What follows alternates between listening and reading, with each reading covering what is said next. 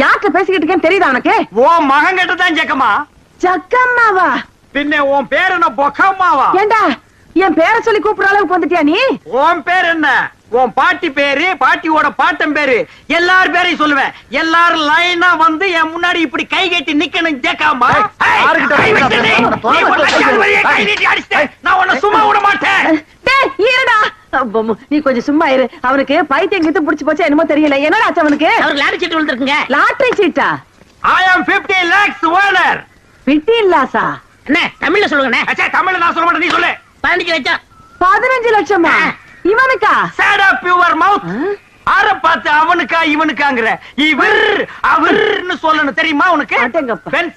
Benz car தெரியுமா உனக்கு? இல்லைங்கோ. 1 kilometre நீளத்துக்கு இருக்கும். முன்னாடி சக்கர மாட்டு ரவுண்டா இருக்கும். அதெல்லாம் நீ எங்க பாத்துக்க போற?